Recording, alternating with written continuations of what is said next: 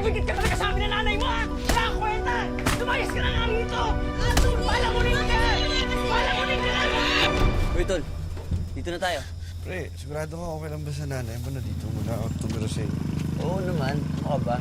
Alam mo bang bisyo na ng nanay ko ang mag-ampon? Welcome sa shelter ni Nanay Vilma. Na ako? Kain na ako. Ayan ha. Uy, palo ka na. Ay, Nay. Oh. Kawa ng Diyos. Si Anthony po, kaibigan ko, Nay. Magandang gabi po. Magandang gabi. Oh. Nice. Lumayas kasi siya sa bahay nila eh. Baka pwedeng dumito muna siya. Lumayas? Opo. May kinakasama po kasing tombo yung nanay ko. Tapos binubugbog po ako dun sa amin. Sinasabi po nila na pabigat lang daw ako sa kanila. Ano naman sabi ng nanay mo? Ayun, parehas po sila ng sinasabi. Magkasundo silang dalawa. O sige, sige, dito na nga. Dito ka na muna. Ha? Pero, sandali lang, meron ko sasabihin sa'yo. Mahirap ang tumira dito. Naiintindihan mo ba yun? Opo, opo. Kaya bukas, magpapautos ako at pahahanap ko magulang mo. Dahil titignan ko kung totoo ang sinasabi mo. Si Nanay kasi kagawad dito. At pwede niyong makausap yung barangay dun sa inyo. Kaya pala po pala. Oh, kumain na ba kayo? Hindi pa na yung gutom na ako. Ayun, gutom na ako. Sige, kumuha ka na rin ng pagkain. Dagdagan mo na to. Ayun. Sige, Tol. Kain na kayo. Ay, pagkain na ba? Ay, Oh, teka, mga tunay na anak muna sa akin yan. Nay, mm. sino to? Bago na naman? Nay naman, ang dami na natin naghati sa mga bagay dito, sa pagkain, sa lahat. Nagdagdag na naman kayo. Alam mo ba, kung nagre-reklamo ka, mabuti pa siguro, maghanap ka ng trabaho at pagkatapos, doon ka na tumira sa ibang bahay. Ako na naman ang may kasalanan sa loob ng bahay na to. Palagi na lang ako. Diyan, kung diyan kayo masaya na eh. Bahala po kayo. Oh, unahin ninyo ang mga ampon ninyo.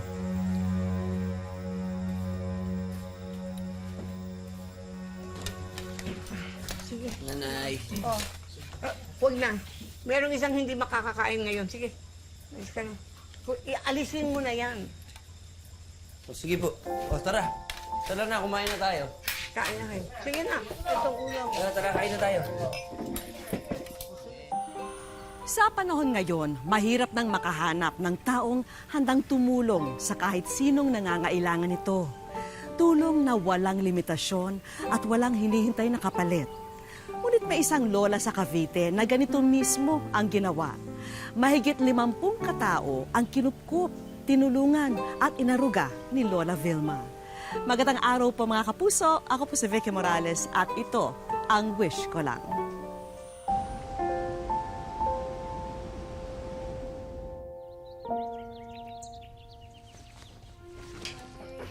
Dala mo dyan, tanghali na!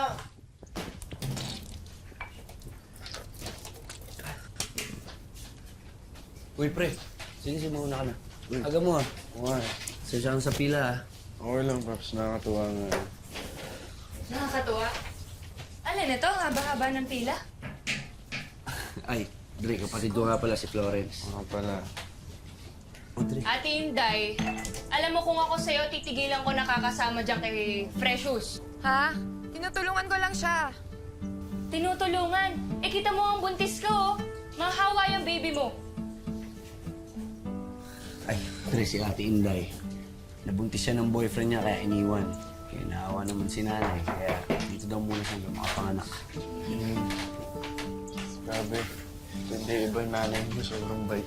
Yan ang nanay namin. Humahanap ng sarili niyang problema.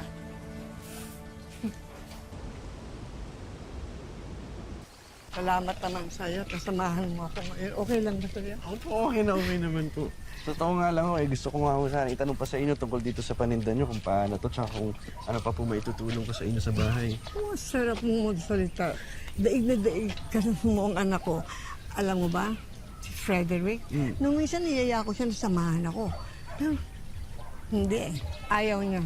Kasi nahihiya siya sa mga kaibigan niya na makita siya dito. Bakit niyo po ba kasi ginagawa itong tutulong sa mga katulad ko.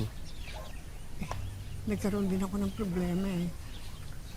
Yung bang, hindi ko alam kung paano gagawin ko. No? Pero nung nagka-problema ako, may dumating naman sa akin isang tao na tumulong sa akin. Tumulong siya nang walang iniisip na babayaran ko. Tumulong siya dahil sa gusto lang niya siguro tumulong sa akin. Kaya ngayon po binabayaran niyo yung utang na loob niyo sa pagtulong. Oo naman. Parang gano'n na nga yun. Kaya ikaw, gumawa ka rin ng paraan para makatulong ka sa kapwa. Siyempre po. Hindi ka na? Sige po. Tara na nga Pagpunta po. ng ulan. Ingat ka dyan. Tatapon na naman Sige po, yan. di ako na po bahala.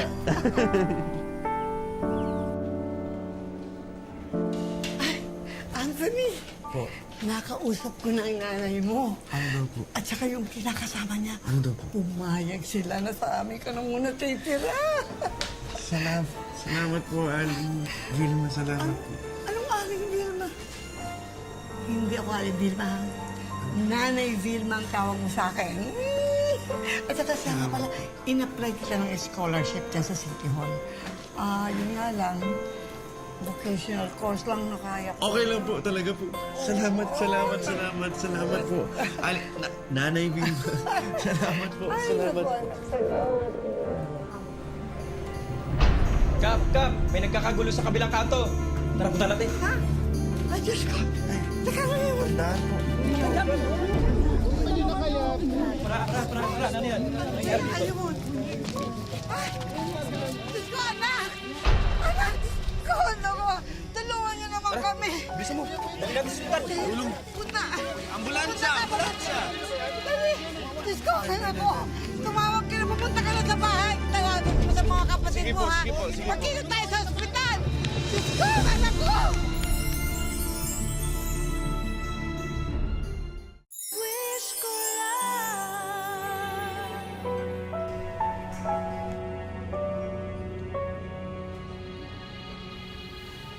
Salamat sa Diyos. Ano po nangyari sa akin? Nasaksakan na kay inuman mo. Mga lokong yun. Inom ko na nga sila eh. Tinira pa ako. Hayaan nyo. Pag ako nakalabas rito, lagot silang lahat sa akin. Kuya naman, seryoso ka ba? Gulo pa rin nasa isip mo, kamuntik ka nang mamatay? Pasalamat ka na nga lang, tinulungan ka ng kapitbahay natin eh. Aba, Florence, dapat lang silang tumulong sa atin, ano? Halos lahat sila may utang kay nanay. Libre ang tulong na binibigay ko. At masama ang maningil ng utang na loob sa kapwa. May kalokohan po yan. Bakit ko naman sila tutulungan kung wala naman ako napapala sa kanila, di ba?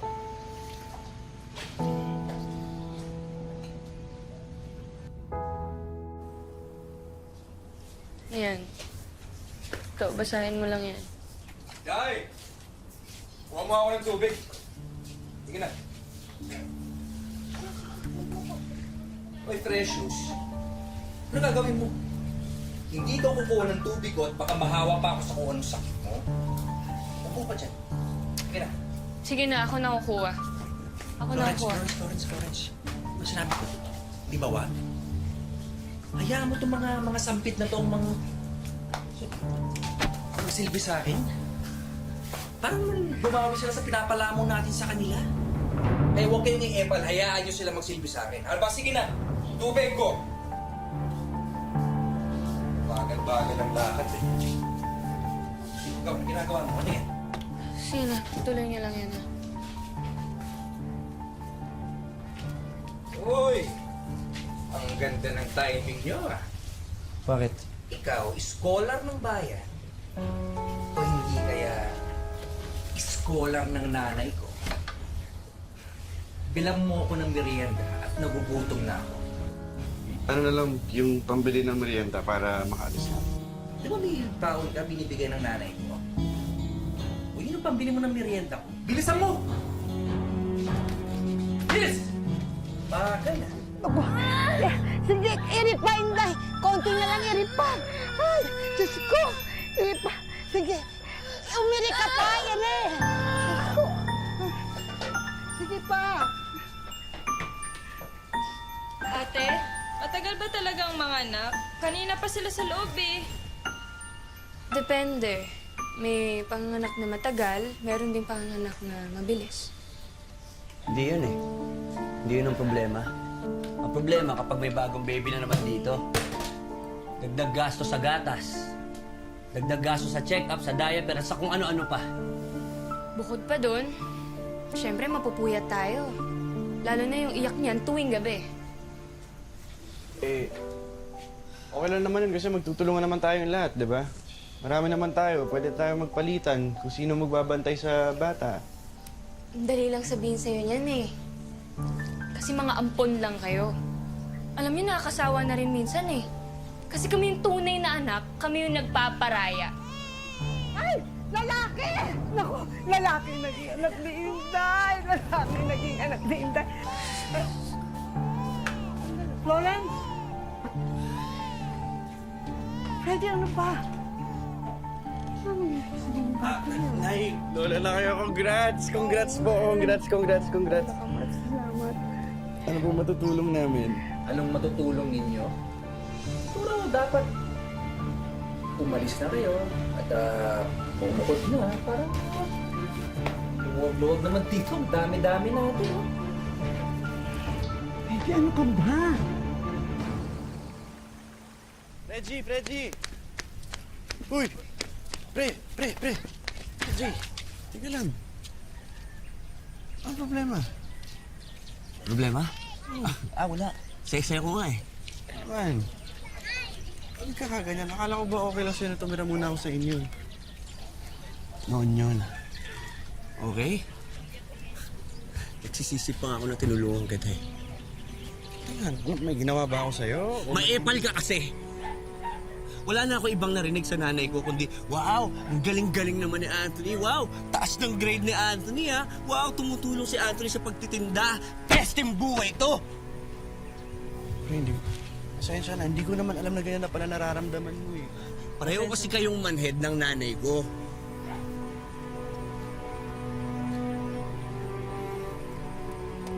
Alam mo, magalit ka na sa akin. Pero huwag lang sa nanay mo. Mo siyang pinagsasalitaan yung ganyan. Gano'n.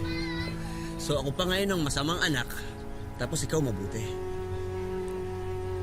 Kung binabaliktad to. Okay, makinig ka. Ang swerte-swerte namin. Ang swerte-swerte natin. Ako, tinan mo ko. Ha? Tinan mo si Precious. Tinan mo si Ate Inday. Ako pinagpalit ako ng nanay ko sa wala niyang kwentang kinakasama. Si Precious iniwan niya nanay niya dahil masyadong masakitin. Si Ate Inday nalaman na buntis kaya siya iniwan ng ganun. Oh, ang swerte namin na nakilala namin si Nanay Vilma. Tapos ikaw gaganyan-ganyan ka? Mas maswerte ka nga eh kasi siya totoong nanay mo. Diba? Tapos ikaw yung ganyan kumilos.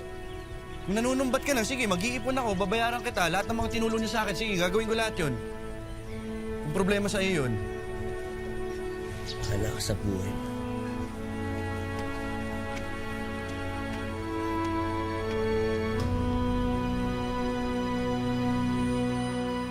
Naipit si Lola Vilma sa lumalalang hidwaan ng mga nakatira sa tahanan nila.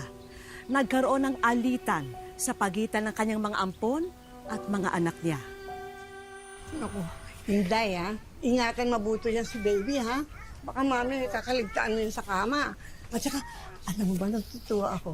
Dahil uuwi na kayo sa bahay ng nanay mo. Naku, talaga naman. Sabi ko naman sa'yo, pag nakita ng nanay mo ang picture ng apo niya, sigurado ako, lalambot ang puso niya sa'yo.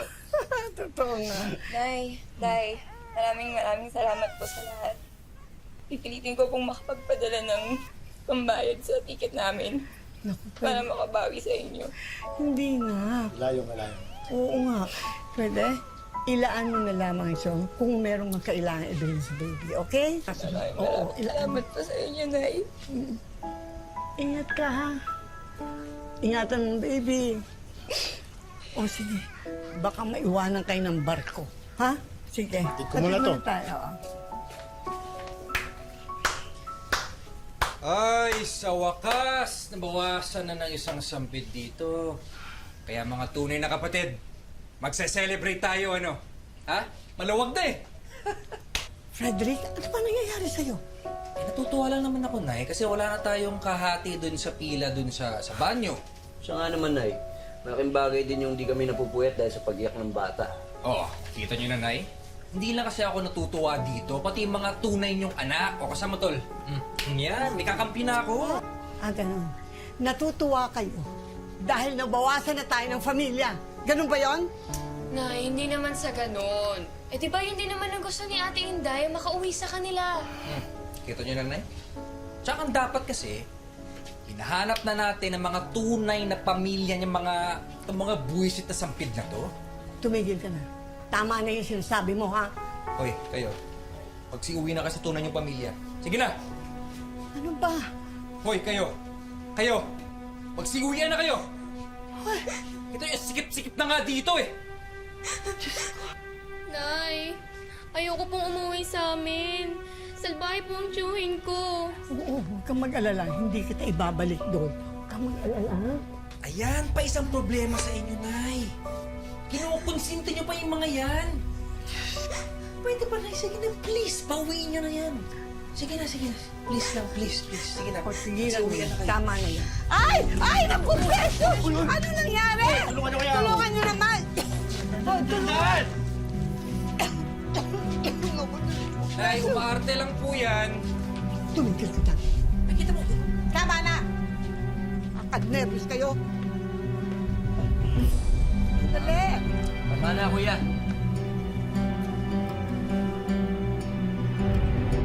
Precious. Precious, anak.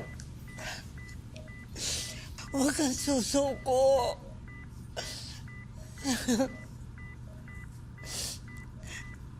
Alam mo ba, anak? Nung iniwan ka sa akin ng nanay mo doon sa barangay hall, ang liit-liit mo pa. Ang hina-hina mo. Pero hindi kita binigay, hindi kita sinuko. Pinalakas kita. Pinabigyan kita ng lahat ng kailangan mo. Precious. Ano? Nurse! Bilis, bilis, bilis! Sandali. Naman. Alam mo nang awa ko.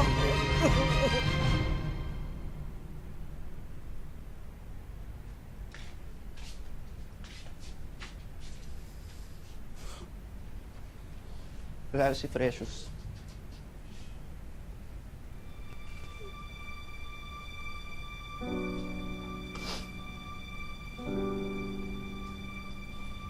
Oh. Walang pumapalakpak. Ba't di kayo pumapalakpak? Di ba ito yung gusto, no? Di ba? Di ba? Ba't walang pumapalakpak? Eh, kulang na tayo, di ba? Yun yung gusto nyo, di ba? Oh, konti na lang yung pipila sa banyo. Konti na lang yung makipaghatian sa pagkain sa pagkainan. Konti na lang tayo dito. Nabawasan na tayo. Ano na? Oras kaya tahimik kayo. Patay na si Precious. Patay!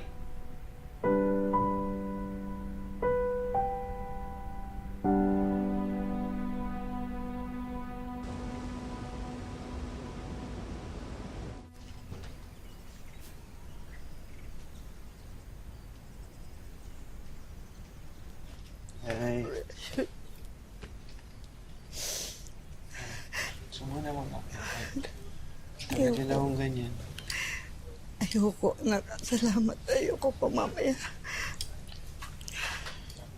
Ako, Nay.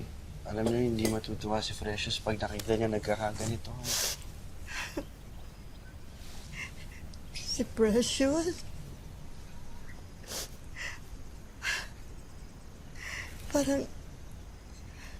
Parang naisip ko, nagkamali ata ako ng pagkukup sa kanya. Sana pinabayaan ko na lang siya doon sa DSWD. Kasi doon maalagaan siya. Baka nagkulang ako ng pag-alaga sa kanya.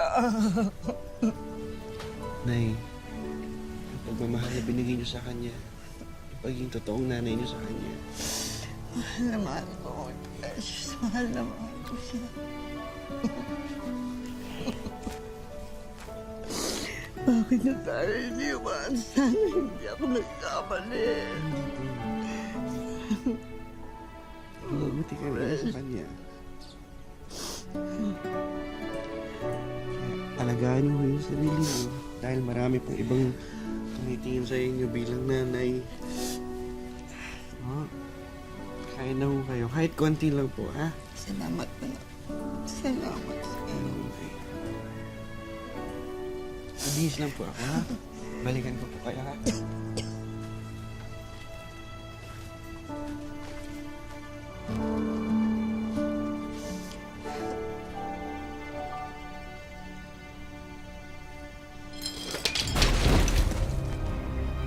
Nay?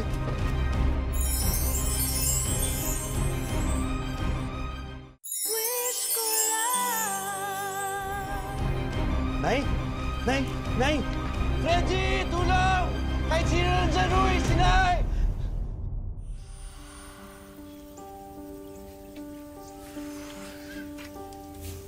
Tay, tingin niyo si nanay oh. Ano kaya pwedeng gawin natin sa kanya? Eh parang lalo kasi siyang nanghihina, tay eh. Hindi ko nga alam ang gagawin, anak eh.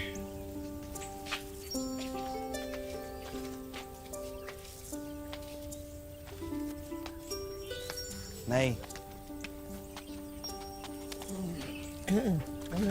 Nagbibigay po kami sa inyo. Ano yun? Ito po. Sulat po ito. Galing kay Anita. Anita? Yung babaeng tinulungan ko? Pinapasabi po niya na nurse na daw po siya ngayon. Nagtatrabaho sa abroad. At di daw po niya magagawa lahat ng nagawa niya kundi dahil sa inyo. Naku naman. Inay, naalala niyo po ba si Kuya Willie? Lumabas ng bilangguan, tapos binigyan ko ng hanap buhay. Siya nga po, Nay. May anak na siya ngayon at may pamilya na siya. Kailan daw po yung nagtiwala sa kanya, Nay? Salamat daw po. Nay, galing po kay Senyo. Yung batang nasunugan, kaya po inampunin niyo. Naku, Nasa Amerika na raw po siya. Ginawa na raw buhay niya at may anak na rin po at may pamilya na. Panay, lahat po yan. Mga sulat po yan ang lahat na natulungan niya, Nay. At pinapasabi lang sa nilang lahat na hindi raw nila mararating lahat ng narating nila kundi dahil sa inyo. Mahal ka namin, Nay. Love you, Nay. ay na. Salamat. Gusto ko lang rin po mag-sorry. Dapat po hindi ako nagselo sa mga kapatid ko.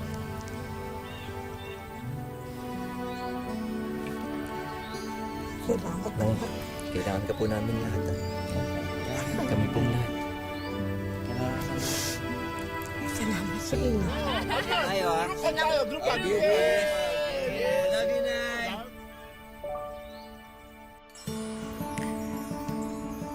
Lumipas na ang 2 dekada. Eto na ngayon si Lola Vilma. Banaag sa kanya na humupa na ang dating sigla. At tulad ng kanyang 16 na anak, may kanya-kanya na ring pamilya ang mga batang minsang kinupkup at inaruga niya. Alam ko ang blessing ng Panginoon kasi inaano sa akin ng Panginoon. Bibigyan ako ng blessing. Kaya ang ganti ko na lang doon sa mga batang yun. Pero sa dami ng mga batang kinupkup noon ni Lola Vilma, may isang pangalan na walang araw na hindi niya nababanggit. Yung batang yun po ay Anthony yata pangalan nun. Na patuloy yung parang ng Christmas card niya nga na nagpapadala. Tinitingnan ko na lang sila, natutuwa ako, sinasaway ko. Ginugunita ko na lang yung nakaraan ko. Kung hindi na nga raw kalabisan na humiling siya sa Diyos, wala raw ibang ibig si Lola Vilma, kundi makaharap niya lahat ng mga batang minahal at inaruga niya noon. Isang kasiyahan ng isang katulad ko na makatanggap ng remembrance sa kanila kahit sulat. Talagang malaking bagay po yan. Yun lang ang aking hiniling na.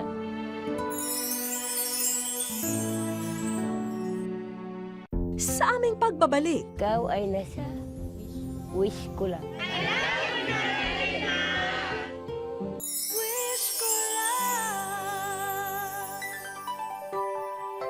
espesyal ang sorpresang inihanda namin kay Lola Vilma sa araw na ito. Sa pambihirang pagkakataon kasi, nakumpleto namin ang mga anak at mga batang inampun noon ni Lola Vilma.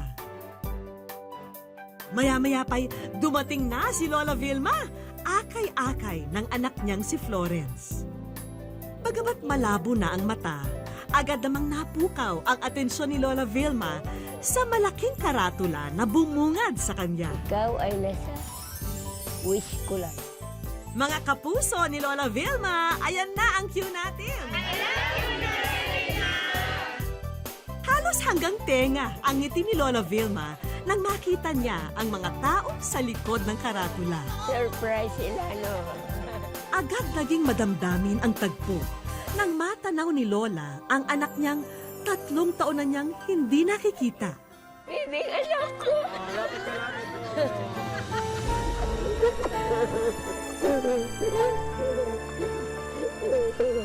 Hindi ako nakalimutan mo! Isang anak-anakan din ang agad rumehistro sa isip ni Lola Vilma. Si Anthony? Para sa kaalaman ng lahat, si Anthony ang lumiham sa wish ko lang para maisakatuparan ang espesyal na araw na ito para kay Lola Vilma. Kasi naniniwala po ako na yung buhay ni Lola Vilma ay naghihintay na lang na na parang makita niya rin yung bunga ng kasiyahan niya kung bakit yun ang winish ko dahil naniniwala ko. Hindi lang siya magandang halimbawa sa pamilya maging sa ibang tao dahil yung puso niya talaga nandun sa ibang tao. Pero hindi lamang si Anthony ang narito para patunayan ang kadakilaan ni Lola Vilma. 1999 po ako tinulungan po ng nanay ko, Vilma. Pinalait po ako ng tatay ko sa bahay namin dahil dito po ako tumira. Sugatan ako dito sa paa. Siya na promote. Nung nakatira ako sa kanila, doon ang kumakain. Para sa mga taong naging bahagi ng buhay ni Lola Vilma, hindi sapat ang salitang salamat upang ipadama sa matanda ang utang na loob na kahit kailan ay hinding-hindi nila malilimutan. Maraming salamat sa inyo. Kayo ang nagbigay daan. Maraming salamat sa inyo. Talagang tuwang-tuwa po ako at nakita ko sila lahat. O ayan na, Lola Vilma, ang signature frame na inihanda nila. Mababasa rin dito ang lahat ng matatamis na mensahe para sa inyo. Huwag nilang isipin na kasi talagang ang una talaga, dinadalangin ko sila hindi lang sa alaala, kundi dinadalangin ko sila sa Panginoon talaga. Hindi lamang yan, Lola Vilma, ang matatanggap nyo ngayon. Sinigurado naming maaayos na ang inyong silid-tulugan simula ngayon. Swerte ako at nakakaano na yan, magpapahangin-hangin na naman ako dahil nawala lahat ang mga gamit ko ng pagbagyo, di ba? Talagang bagong-bago ang buhay ko. Tanggapin nyo na rin po, Lola Vilma, ang financial assistance na siguradong makakatulong sa lahat ng gamot na kakailanganin nyo sa inyong pagpapalakas ng katawan. Maraming salamat, Ricky. Dahil sa kasiyahan na binigay mo sa akin. Ang tunay na sukat daw ng buhay ng tao ay hindi binibilang sa dami ng mga taon niya sa mundo, kundi sa halaga ng nagawa niya para sa kanyang pamilya at sa kanyang kapwa. Maraming salamat po mga kapuso. Ako po muli si Vicky Morales at ito ang Wish Ko Lang.